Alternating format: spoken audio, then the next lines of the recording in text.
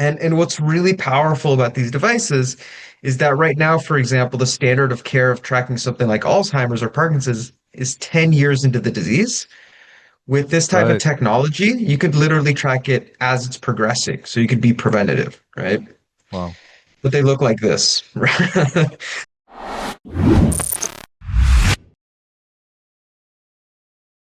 Hey everybody, Dave Limburg in Hong Kong with back in Hong Kong with a new episode of the THD Podcast today. We have a company coming out of Boston called Neurable, and they are doing non-invasive AI powered brain computer interfaces. I guess they're monitoring your brain activity, so we're going to find out what you can do with that exactly. But without delay, let's give a shout out to our sponsor, the ALTI Association. Please check out their events in Axpona and Chicago and high-end Munich coming up in a few months here. And also another shout out to the Audio Express magazine. We encourage people to subscribe to that publication. So without delay, we have Simon in the morning in Japan. Good morning, Simon. Oh, morning. And Dr. Ramses Alcaide. Thanks for joining us, Ramses. How are you doing this evening in Boston? Yeah, I'm doing amazing. I feel like I'm either in Boston or Shenzhen, so it's Okay. nice to be back home. Okay, cool. Yeah, so I was introduced very high level to your technology by one of the guys at ADI, but it tweaked me, and I definitely want to find out more about what you guys are doing. So, where should we start? Yeah, I mean, I threw together a few slides I can just jump into to kind of give you a little bit of primer, and then jump into and then just ask questions as we go. Sure. All right, let's do it. All right, so just to kind of kick things off, I think the best way to really kind of touch on this is, we're entering this world right now where we can see the body in ways that like we've never been able to see before, right? And that's really because of wearables, right? So it's the first time that we can see the body at scale, which means like millions of people at a time in real time. So if you drink something, go running, if you sleep poorly, you can see how that affects you. And then most significantly is longitudinally. Like there isn't even clinical trials where you can see the body change over years, for example. And with wearable devices, that's literally what you can do. But I think the biggest key question that we at Neurable kept asking ourselves is what about the brain? Right? The brain is literally the most powerful organ in our body, and yet it's the least one tracked. And we have things called EKGs. They basically track your heart rate, the electrical Hmm. response of your heart. Well, there's something called an EEG or electroencephalogram that tracks the electrical activity of your brain. And what you can track with it is mind blowing, like pun intended, right? It's like there's so many things you can do from tracking neurodegenerative diseases like dementia or Alzheimer's and Parkinson's to neurodiverse conditions like ADHD. And what's really powerful about these devices is that right now, for example, the standard of care of tracking something like Alzheimer's or Parkinson's is 10 years into the disease. With this type of Right. technology, you could literally track it as it's progressing. So you could be preventative, right? Wow. But they look like this. They're these like crazy torture device looking systems, spikes all over the head, gel everywhere. And the main reason why they look like this is because of four challenges that have existed since the 80s. And that is that typically you need to put sensors in specific places. You need to put gel to improve the signal to noise. And then every brain is different. So if I have built something for myself, David or Simon, then it may not work on either of you, right? Okay. And so what Neurable does in a nutshell is we use AI to tackle these four problems so that instead of, for example, having to put sensors in different weird places that no one's actually going to wear as a product, you can Okay. put it around the ear or in the ear and still get near medical grade data. And so these headphones that I have on right now, and Yeah. I'm holding up right here, they're from a company called Master Dynamic, Yeah. and then our company's called Neurable. We essentially enable them to integrate and read brain activity with these silver sensors here, but then we use our AI to boost that signal and then enable it to essentially do it in a very reliable way that hasn't before been possible. And that's actually how, I met our mutual friend from Analog Devices, which is I Right. was testing out a new technology, a new application that's coming to the platform, which essentially helps you take naps much faster. And I was able to go to sleep on a plane, even though it was super loud, right? Right. And so around the ear, I know that like for PPG sensors and other sensors, the ear and in the ear, around the ear is the best place. Is that consistent with what you're doing for Yeah, the sensor best placement? Sorry. place is where the data is coming from. So if you are thinking and processing something that requires high cognitive function, it's actually from the forehead. If you're Okay. processing something from your visual centers from the back of the head. But the Ah, thing is, no one's going to wear a weird crown or like a striped bar on their head everywhere they go. And so the challenge is how do we make it so that you can just wear an ah, everyday device, and then and that becomes your platform for essentially like a Fitbit for your brain, and right? so you can so using the AI to interpolate or extrapolate from that sensor point rather than having multiple sensor points. Is that Exactly, roughly exactly. what's And that's going on? one of the four pieces of AI, right? That's actually the very first one right here. Okay. Then there's that the signal's very weak because you're capturing, for example, focus data from the frontal lobe around the ear. The farther it is away from that area, the weaker the signal. So we boost the signals. Then we remove artifacts like the lights in this room, for example, mess up the signal. The audio coming from the headphones, because these are noise canceling headphones, right? That audio itself messes up the signal. And then the last thing is that you don't have to calibrate the system. You usually have to capture hours worth of data to just make it work on a person. With our technology, it just works out of the box, right? Okay. And so you said it was the sensors were silver, like, and they Yeah. touch the skin, or they work through the hair, or like how are they collecting the data, harvesting the data?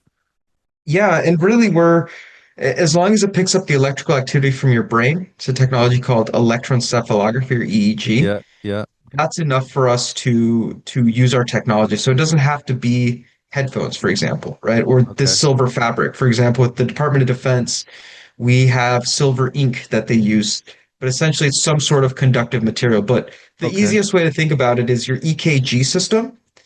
It actually picks up your brain activity if you put those sensors near your head. You just have to tune it to a different frequency range, essentially, right? Okay. Yeah, because you mentioned light interference and obviously sound interference on a headphone, but yeah, avoiding that Mhm. crosstalk is kind of one of our points of Right. interest. Yeah. The Okay. And so what the I think signal that the signal that you're getting is the electrical potential of exactly, yeah, then basically, yeah. And so each one of the exactly, yeah. electrodes then is getting its individual signal channel. Exactly. Yes. So So it's your doing neurons something like fire. almost like some acoustics word. It's almost like a phased array, so you can cancel There you go. components to find a particular place in the signal field. Hmm. And that's exactly what the AI does, right? We pick up all these sensors, all this channel worth of data. We then apply mathematics, signal filtering, and then from there we're able to optimize it and then use it to identify insights or have it create value propositions for the user. In the case of our mutual friend, it recorded my brain activity. It realized when I was still overthinking about things, and then it disrupted my thought. And then that made me feel calm. And then as I was calm, it played music that actually helped me get into sleep deeper and deeper. And it tuned that music based off of how in deep sleep I was in order to guide me into that deeper stage of sleep, which was really cool. To just be able to do that with your headphones is like awesome, right? And that's what Neurable powered devices enable you to do, which is take advantage of all this incredible value that the brain has. And I'll jump into one quick thing after that, which is like it creates this future, right? Where head-worn devices become essentially this whole new interface platform for humankind, right? Hmm. So headphones for focus and attention, or even taking naps on a plane, like that's literally what I'm wearing. It's in market right now. You can pick them up.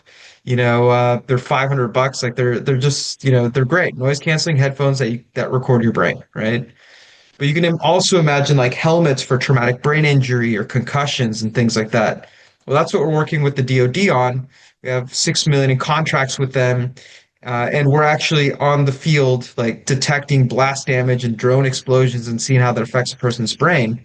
But you can imagine wearing something like an AirPod, right? That tracks neurodegenerative diseases, right? Over time. Well, those are ready. We even have AR glasses that are ready too. We're just looking for licensing partners to bring it out, right? But Okay. one thing is being ready. The second thing is like, is the technology delivering a value proposition? And is that value proposition valuable? Well, we launched this headset in 2024. It's been very successful. Now we just announced our next partnership with HP.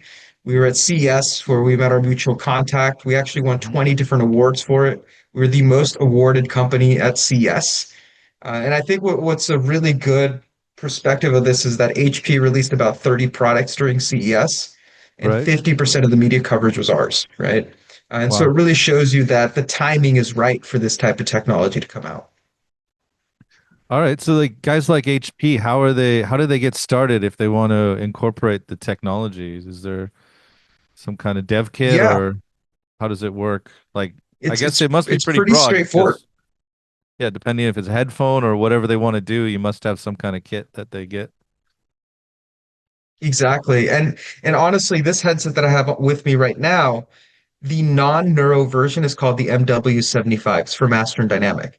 So Hmm. what's really great is we can take an existing SKU and then quickly adapt it. In this case, add these conductive pads and a small chip that processes the brain data. Yeah. And very soon, this is all going to be part of like the systems that these individuals work with out of the box. And then now your headphones are Neurable powered, right? And then with each company, we work with them particularly to look at what are different benefits that their customers would want.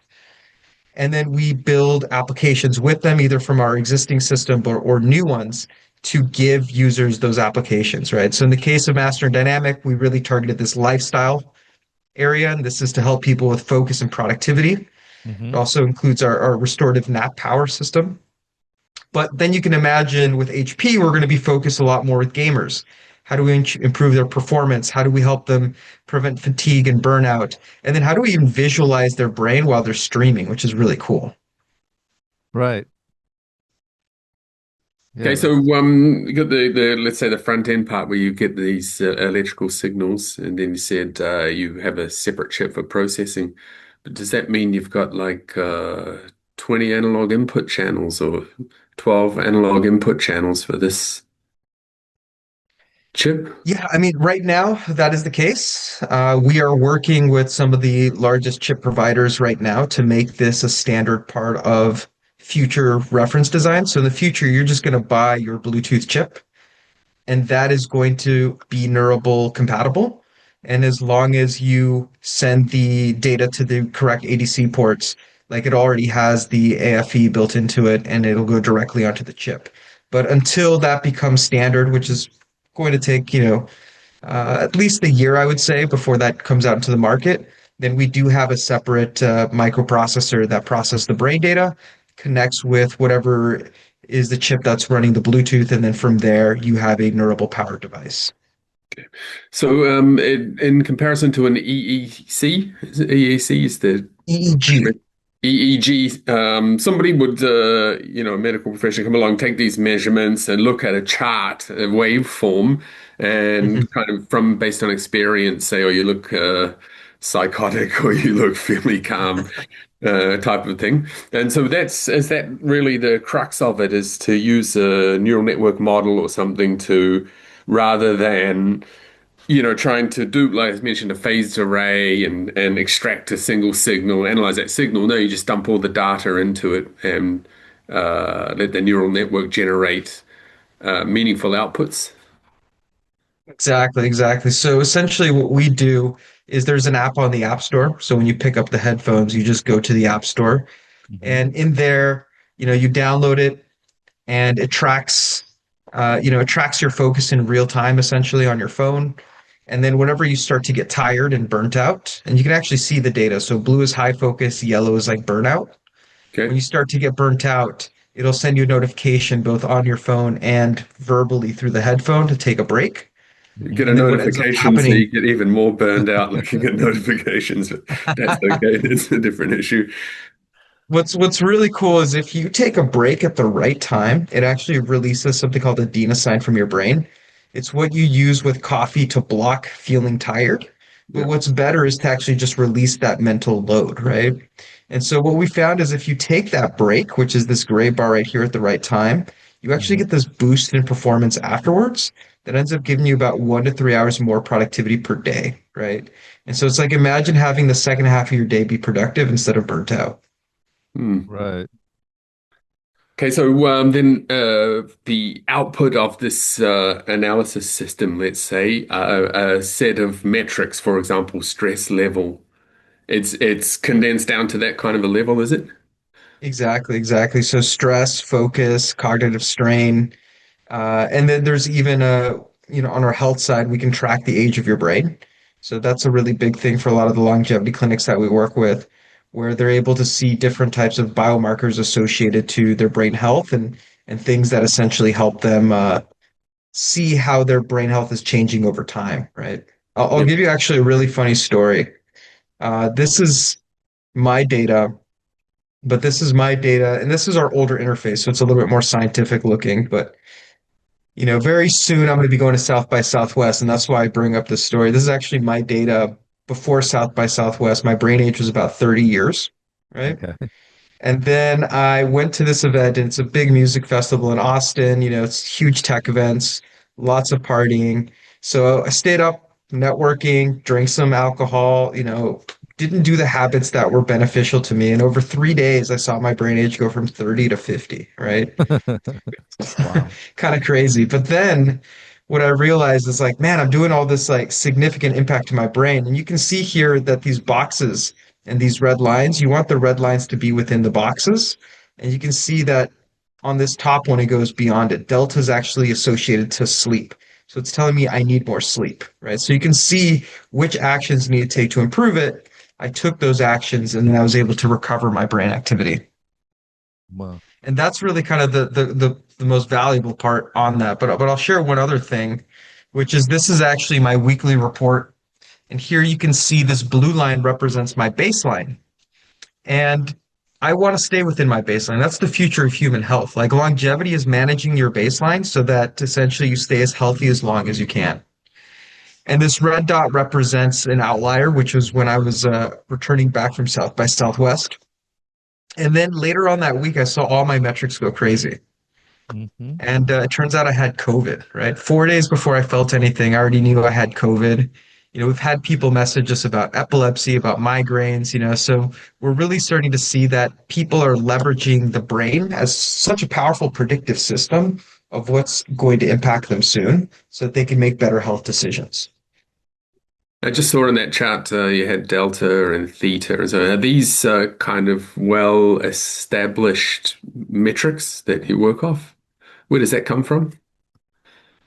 Yeah, those are well-established metrics in the neuroscientific community for EEG sensing.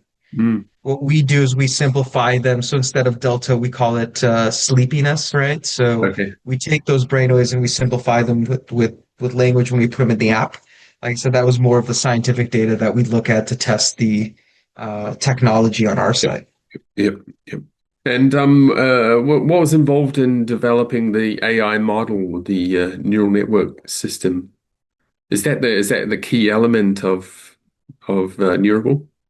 Exactly. So, man, that was definitely a challenge, right? It was about 14 years of research and development. It started out at the University of Michigan. Since then, we've each four of those innovations obviously took many years to develop. About 40 patents on the technology, 11 published papers, tons of work with the Department of Defense, the U.S. Air Force. Uh, so the Air Force Research Lab is one of our partners. Yeah, I mean, but we're finally at the stage that the technology is scalable, and now we're starting to work with other companies to bring it to devices that people use every day. Hmm. Wow. And Brilliant. so when somebody takes the product home, how does it work like first time measurement or calibrating, to understand what their baseline is? I mean, I guess it's based off mass data, like somebody you enter your age, just like any other kind of health app to get started. Yeah, so for our brain age calculations, actually, we do them without even looking at your age. It's just pure EEG data, which is really cool, right? That could But be scary. That yes, could be scary for some people. yeah, it can be. But would you rather know that your brain is aging rapidly 10 years and beforehand so you can do something about it, Yeah, or no, no, or it's like once it's you can't do anything about it, right? yeah, So, it kind but of reminds but me a bit first, of the of the hearing aid issue, where people are in denial that there's a problem, or they're unaware of that, that they should be getting it checked out. So this is Right. interesting. But preventative medicine, So as you said. you asked like what is the first day experience? You get it, you get the headphones, you scan the QR code to download the app, and then it's very simple. We have you do something called a cognitive snapshot, where you open your eyes and you close them for about 30-second intervals, Hmm. and then that gives us a very basic baseline of where you're at. And then from there, there's multiple things you can do. We have a small brain training system where you can control a little rocket with your brain to exercise it. Or if you just want to sit down and work, you can start a focus session. And then as you're starting that focus session, you're doing work. It'll tell you when you should be taking brain breaks. You can use biofeedback to help boost your productivity, where it'll tell you if you're getting distracted. And then when you finish your session, all that data then gets sent. We process it. We give you all the visuals that you might want to see. And then there's even a little AI coach that can take that data and tell you, like, hey, these are areas where you might want to improve. And all of that is just available as core in the device. So you kind of alluded to controlling, like this rocket game. Does this mean that this has a future, perhaps in using it for brain control, like to control devices with through this We feedback loop? do we do have interface capability with the technology. We have not revealed that yet. This Okay. is one where you actually use your focus. So whenever you want to pay it, whenever you focus on the rocket, it'll go up faster and faster. And then when you get distracted, it slowly drops down. And it's mainly to exercise the executive function loop in your frontal lobe. And it actually teaches you how to become more focused over time. It's really cool. And actually, we have some people that are like professional poker players that just use it to like check their mental state before they go play poker, right? It's like, okay, am I in a high focus state right now or a low focus state? So people are using it in creative ways, but it was meant to be an exercise tool. Wow. This is interesting. Um, I Okay, don't know so where to go next. the processing is done completely on the headphone in this case, or locally. Right, right. Is that what's happening? Yes. So essentially, locally, we can do the take a break and you know the biofeedback system so that you know that you're distracted. But if you want to get some of the statistics, we do need to process it on a cloud. For And so sure. with user consent, we will take that data and then we're going to provide it back to you so you actually have some values to look at. Okay, but any given customer, they might implement their own back-end system, let's say, dress it up how they Uh, like. Does it work like that? Not quite. Eventually they could, but we don't have an API for that yet. So, but in the near future, we are building out an API and SDK to get developers to build on top of that platform. Right now, it just goes to our cloud, and then we provide the data back to them in the app as like a visual, kind of like a Fitbit or an Aura app that you would have with your current wearables.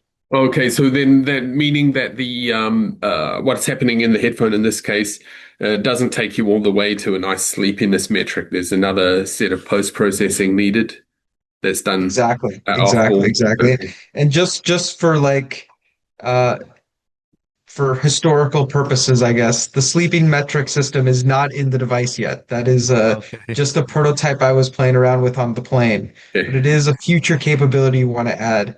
The main capability right now is tracking your focus and attention, and then also different brain health metrics that are valuable if you want to see how your brain is changing over time. Okay. Very Okay. interesting. Really good. And That's so, great. I just mentioned sleepiness because it's sort of the only one, but you have sleepiness. These would be the categories of metric is sleepiness. You mentioned focus, Oh attention. yeah, yeah. For the brain health side of things, those Yeah, are some of the metrics that we have. Actually, I'll show you what they are. yeah. Um, and this is more of a like scientific slide again. It's not the app itself, but these are the kind of metrics that we have here to the left. So wakefulness or sleepiness, Okay. calmness, which is tied to stress, your attention, your cognitive speed. One of the most popular ones is anxiety resilience, right? People want to know like, hey, what state of mind am I in? Can I handle a high stressor right now or not? Yep. But these don't necessarily correspond directly to one of these beta, gamma things. There's some other like inference done from those For variables. sure. Some Yeah. some are very closely tied, like Okay. wakefulness and sleepiness is highly tied to delta, but we do an extra layer of adjustments to make sure that it's as accurate as possible. Because sometimes delta can also be seen as movement that happens in an individual because they're very large, slow waves, right? Instead of your typical brain waves that fire at a very high pace. And so there's additional work that we do to make sure that they're accurate. Okay. So then you mentioned right at the beginning, one of the other challenges, of course, is the noisiness of the measurement environment. It must be incredibly noisy.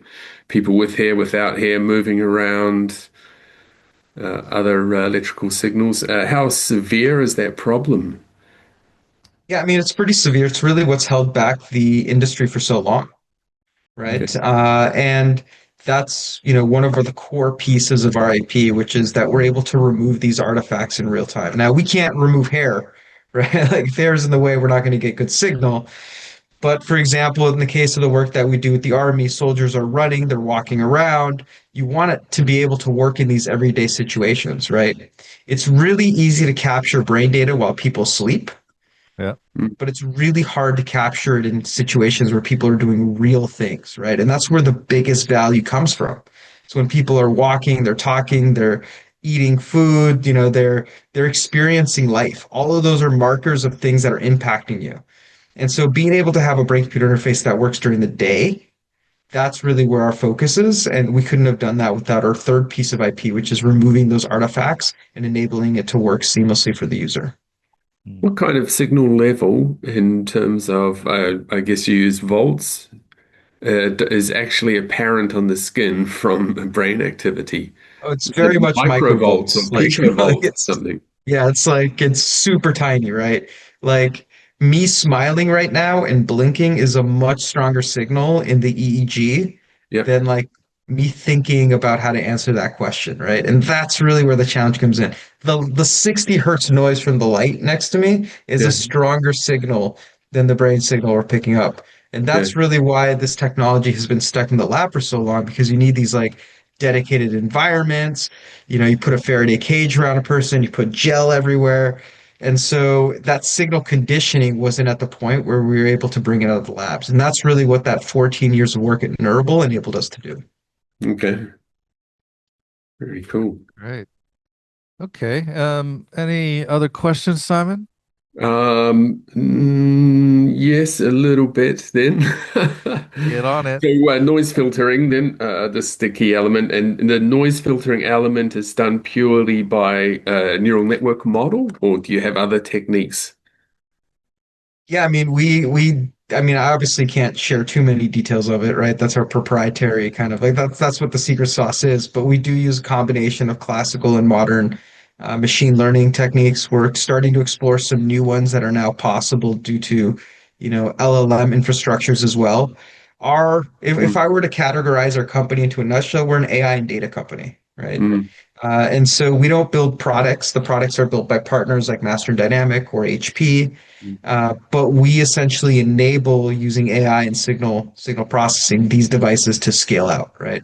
And that's done through numerous forms of techniques depending on the use case. I feel just to give you a little perspective, I feel that sometimes we try to throw everything into neural networks, right? And we kind of just say like this will solve our problem, but we found that sometimes classical techniques work even better. It's just or there's a lot that we've invented ourselves, but mm. that signal conditioning side is really what we're experts at. Okay, and then I guess maybe you call it the characterization or classification of brain waves, is also something that's fairly unique. For sure. Yeah. Especially because the brain, and I'll give you actually a really interesting perspective, right? So the brain signals themselves are so complex, right, that we've had to lump them into specific frequencies, like alpha and beta and theta. Those Okay, those labels that you saw, yeah, they're actually frequency bands, okay. right? And so we've spent so much time with a very basic form of processing data.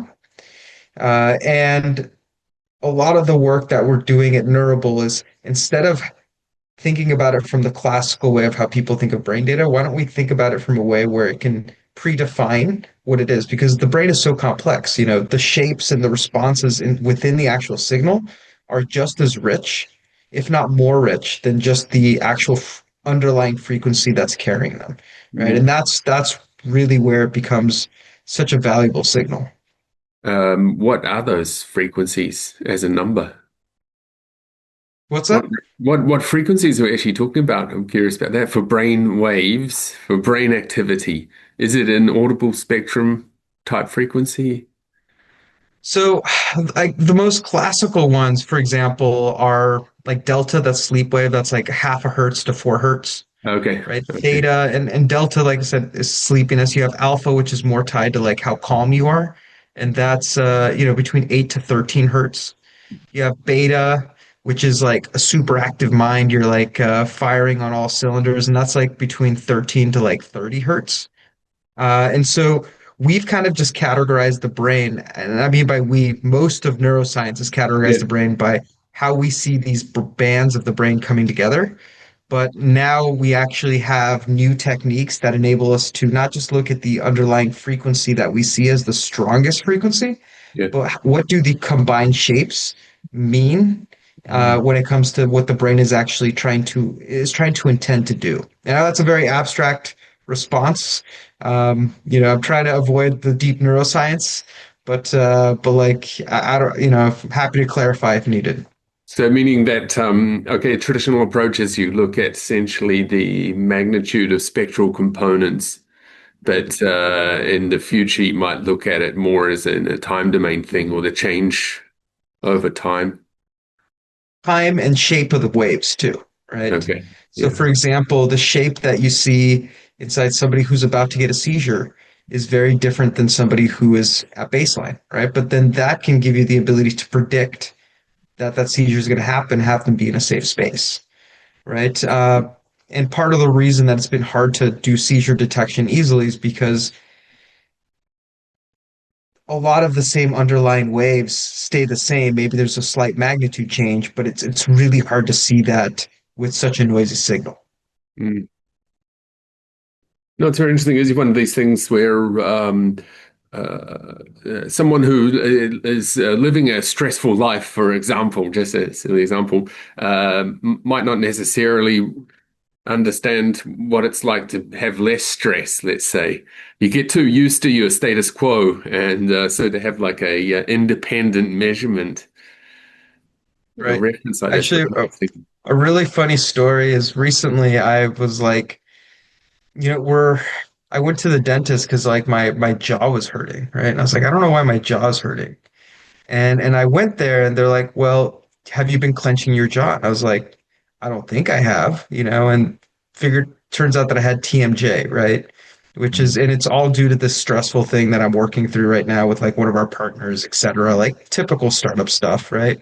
Yeah, And my app had been telling me that my stress was really high too, but I felt normal, right? When stress is chronic, when like exhaustion is chronic, sometimes you start to think that that's your baseline, yeah. right? But that's not healthy, right? And that's one of the kind of key issues that we've created as traps for ourselves, where we believe that being unhealthy is what normal feels like. That's it. That's it. What's that? Feeling good is good enough. Isn't that from Platoon or something like that? Anyways, all right, that's some good stuff. Let's maybe table it for today. Cool. Yeah, so we'll put the contact details below. People can check it out if they're keen to incorporate this into a future product. Ramses, thanks so much for taking the time to talk with us today. We appreciate it. Everyone else, like, subscribe, share, all that good stuff, and we'll see you on the next episode. Thanks, everybody. Bye bye. Yeah.